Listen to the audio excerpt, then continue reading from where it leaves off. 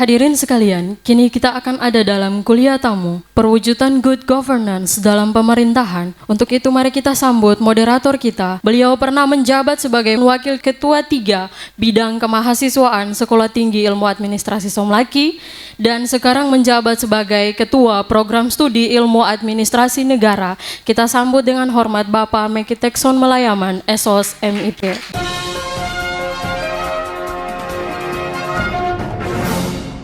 Assalamualaikum warahmatullahi wabarakatuh. Salam sejahtera bagi kita semua. Shalom. Tidak membuang-buang waktu, saya mengundang yang terhormat Bapak Ben-Hur George Watubun, Sarjana Teknik, sebagai narasumber kita dalam membicarakan tema perwujudan good governance dalam pemerintahan. Kepada Bapak saya persilakan untuk mengenal narasumber kita. Bernama Ben-Hur George Watubun, Sarjana Teknik, dengan nama panggilan Ben-Hur atau biasanya disapa Pak Ben. Kalau di Ambon itu lebih akrabnya Bung BGW. Pak Ben ini lahir di Wayer 7 Maret 1975, anggota DPRD Provinsi Maluku periode 2019-2024, ditugaskan pada Komisi 1 Bidang Pemerintahan, Hukum, Keamanan, dan Pertahanan, dan beliau ditugaskan oleh partai sebagai Ketua Fraksi PDI Perjuangan DPRD Provinsi Maluku. Jabatan di partai politik adalah Sekretaris DPD PDI Perjuangan Provinsi Maluku. Pengalaman organisasi, beliau pernah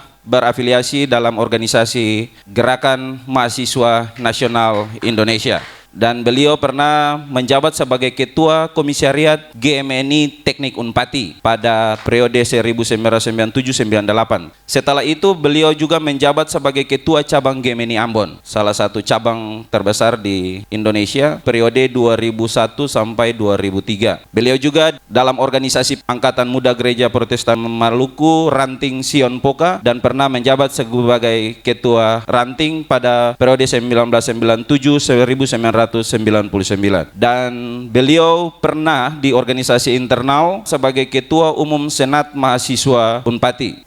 Pengalaman kerja, beliau pernah menjadi anggota Panwas Pemilu tingkat Provinsi Maluku tahun 1999, anggota DPRD Maluku juga tahun 2004 sampai 2009. Beliau pernah dipercayakan dalam memimpin perusahaan milik daerah Provinsi Maluku sebagai Direktur Teknik BUMD Maluku Energi 2010 sampai 2015. Jadi kalau mau bicara terkait dengan Inpex Masela, ya, beliau juga punya pengetahuan, kompetensi dalam bidang tersebut. Dan yang berikut, beliau pernah menjadi staf ahli pimpinan DPRD 2015 hingga 2018, dan sekarang menjabat sebagai anggota DPRD Provinsi Maluku periode 2019-2024. Pendidikan beliau S1 di Teknik Unpati angkatan 93, tamat 2001, dan Pak Ben ini namanya sangat terkenal karena salah satu mahasiswa perjuang reformasi di Provinsi Maluku, ya. Dan yang berikut, beliau juga mengambil ilmu hukum di UKIM Ambon, angkatan pertama, ya Pak Ben. Nama orang tua, ayah Sakarias Watubun almarhum, dan nama ibu Nyonya Eltina Naresi. Oke, itu adalah CV dari Pak Ben-Hur Watubun. Tidak membuang-buang waktu lagi, tentu tema ini adalah tema yang sudah kita diskusikan bersama di STH, tetapi konsepnya adalah keadaan empiris yang disampaikan oleh Bupati Buru, dan ini adalah konsep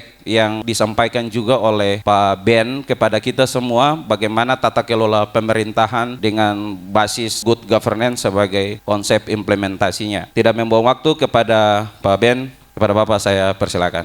Baik, terima kasih. Assalamualaikum warahmatullahi wabarakatuh. Salam sejahtera untuk kita sekalian. Shalom, Om Swastiastu, Namo Buddhaya, salam kebajikan, Rahayu. Pertama-tama saya sampaikan terima kasih dan yang terhormat penghargaan kami kepada Ketua Yayasan Rumpun Lelemuko, Bung Poli Lalamafu. Ini kakak saya dan tentu orang yang kritis tapi konstruktif terhadap persoalan-persoalan kekinian kebangsaan dan juga banyak hal yang terjadi. Saya memberi apresiasi tinggi karena beliau punya investasi yang tak terhitung jumlahnya. Kalau orang bangun bangunan itu modal investasi kita bisa menerka.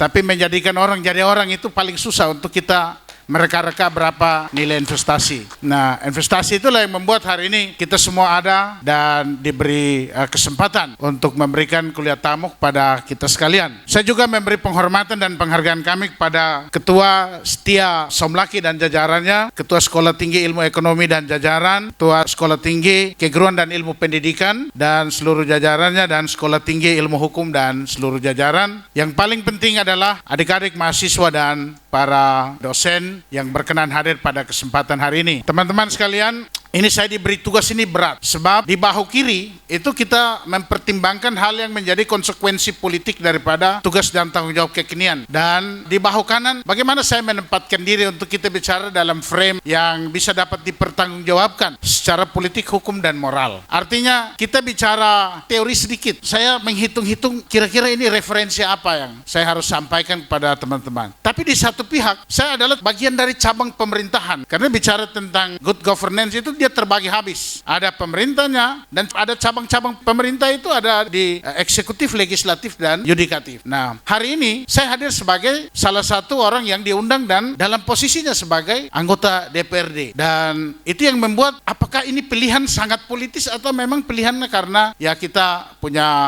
kedekatan pergaulan dan seterusnya. Ini kan yang kami lihat ya. Saya sangat berhati-hati soal ini. Sebab kalau tidak bisa saya menempatkan diri, maka ini bisa saja membuat blunder semua persoalan. Tapi saya punya keyakinan sungguh bahwa ini adalah lembaga akademik dan sebenarnya citra yang paling kuat di sini adalah karena mimbar kampus. Kebebasan akademik itu adalah kebebasan yang bisa diintervensi oleh siapapun. Karena itu ada semacam ungkapan, mahasiswa takut dosen, dosen takut dekan, dekan takut rektor, rektor takut menteri, menteri takut mahasiswa. Jadi sebenarnya ada sebuah rantai makanan yang tidak bisa untuk kita lepas pisahkan. Karena itu ini saya hadir di sini, puji Tuhan. Ini sebuah kesempatan yang terbaik. Terima kasih Bung Moderator sudah baca CV saya. Yang paling penting dalam CV saya ini adalah saya memperkenalkan diri sebagai anak yang kebetulan saya dilahirkan oleh rahimnya orang Tanimbar. Mama saya orang Kaliobar. Kalau di masyarakat, saya boleh DPR dan saya boleh sudah diuji coba pada laboratorium sosial sesungguhnya. Tapi yang paling saya bangga adalah saya pernah jadi anggota Angkatan Muda GPM. Karena sebenarnya itu mengajari kita banyak hal. Di tahun 93 itu saya ketua ranting, hari ini anggota ranting saya banyak jadi kepala dinas di sini. Ya, taruhlah Abraham Yolat, ada teman saya Charles Utuwali, Erik Lolongluan, Heri Lodarmase, banyak anak-anak di sini. Saya hidup dalam lingkungan Tanimbar itu sesuatu yang sudah biasa. Di Kampung Pisang itu 90% komunitas berasal dari Tanimbar. Saya kebetulan campuran. Jadi waktu pemilihan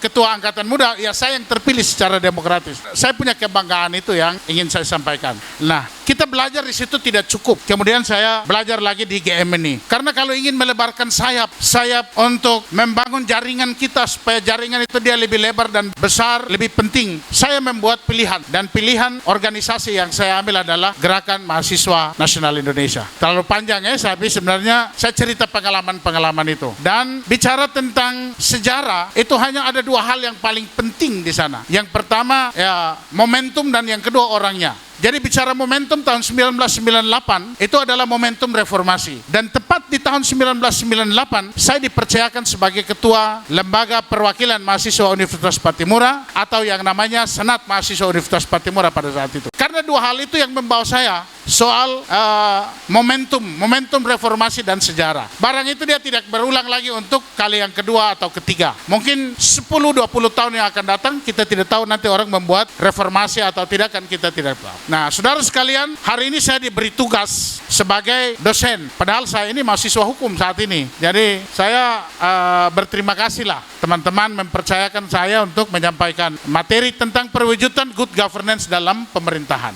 Saya melihat ada dua kata penting yang harus kita lihat di sana. Yang pertama adalah soal good dan yang kedua adalah governance. Jadi good itu artinya baik, governance itu artinya pemerintahan. Jadi sebenarnya untuk merangkai good governance itu terlalu gampang. Ya, pemerintahan yang baik. Terlalu gampang kita sebutkan, tapi pada dasarnya dalam prakteknya terlalu sulit untuk kita jalankan. Ini hal yang dia bertolak, dia betul-betul kontras. Artinya gampang disebut tapi sangat sulit untuk kita laksanakan. Saudara sekalian, pertanyaan bagi kita ialah bagaimana mewujudkan pemerintahan yang baik itu. Kalau kita ingin bicara tentang good governance, maka dalam penyelenggaraan pemerintahan yang baik, baik itu dari pusat sampai ke daerah harus mengakui ya terhadap pelaksanaan roda pemerintahan bahwa tentu ada hal-hal yang sifatnya baik yang sudah dilakukan. Dan itu sesuatu yang harus patut kita beri apresiasi. Tapi di samping itu juga ada pengelolaan dan pemerintahan yang pasti saja menimbulkan kecemasan, menimbulkan ketidakpatuhan, tapi juga menimbulkan sikap a priori dari masyarakat dan melahirkan ketidakpuasan.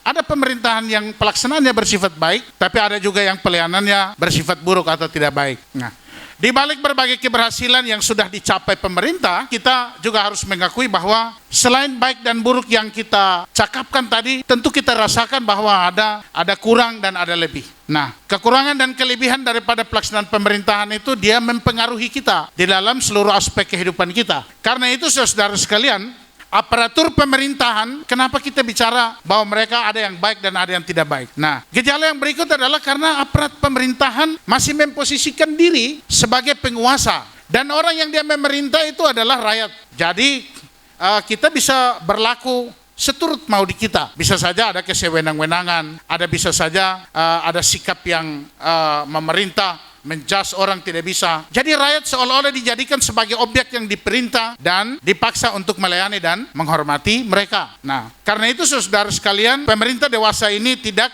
memposisikan diri sebagai pelayan tetapi harus lahir sebagai orang yang melayani. Itu tuntutan good governance hari ini. Kalau kita kenal dalam ciri-ciri pemerintahan, maka kita lihat bagaimana itu pemerintahan yang buruk. Saya tawarkan 8 hal di sini. Ya. Yang pertama, lambat. 2, arogan. 3, korup. 4, birokratisme. 5, boros. Jadi sesuatu yang kecil saja kita harus proyekkan seolah-olah dia menjadi sesuatu yang besar. Itu terjadi pemborosan. Kemudian bekerja secara naluriah. Jadi sesuatu yang tidak diatur secara sistematis. Tapi karena dia merasa dia penguasa, dia bekerja ikut maunya. Jadi nalurinya bilang dia harus buat begitu, ya ikut saja untuk dia melakukan seperti itu sesuai dengan kehendaknya. Kemudian enggan berubah. Orang yang sudah mewarisi sesuatu yang dia merasa nyaman dan enak, itu susah untuk dia berubah. Dan yang ke-8 adalah kurang berorientasi pada kepentingan publik. Saudara sekalian, ini 8 poin yang kami tawarkan kepada kita sekalian di saat ini tentang ciri-ciri pemerintahan yang buruk. Dari beberapa hal yang kami sampaikan yang mengakibatkan buruknya pemerintahan, maka mau tidak mau kita perlu merubah untuk mewujudkan pemerintahan yang baik atau yang disebut good governance. Nah,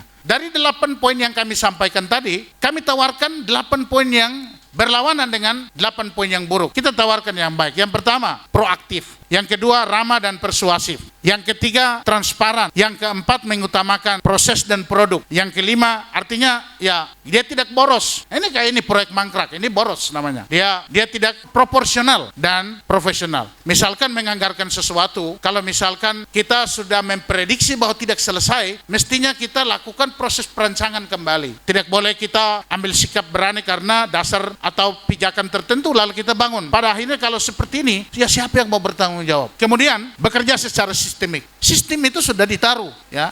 Ketika itu dilakukan, maka semua orang bekerja secara sistematis. Jadi dia bekerja sesuai dengan aturannya, SOP-nya, dan lain-lain sebagainya. Dan kemudian pembelajaran sepanjang hayat. Artinya, setiap ada perubahan, kita perlu harus belajar untuk menyesuaikan perubahan itu. Tidak bisa kita merasa aman, lalu ada perubahan apapun kita tahu dan bilang, tidak ada perubahan.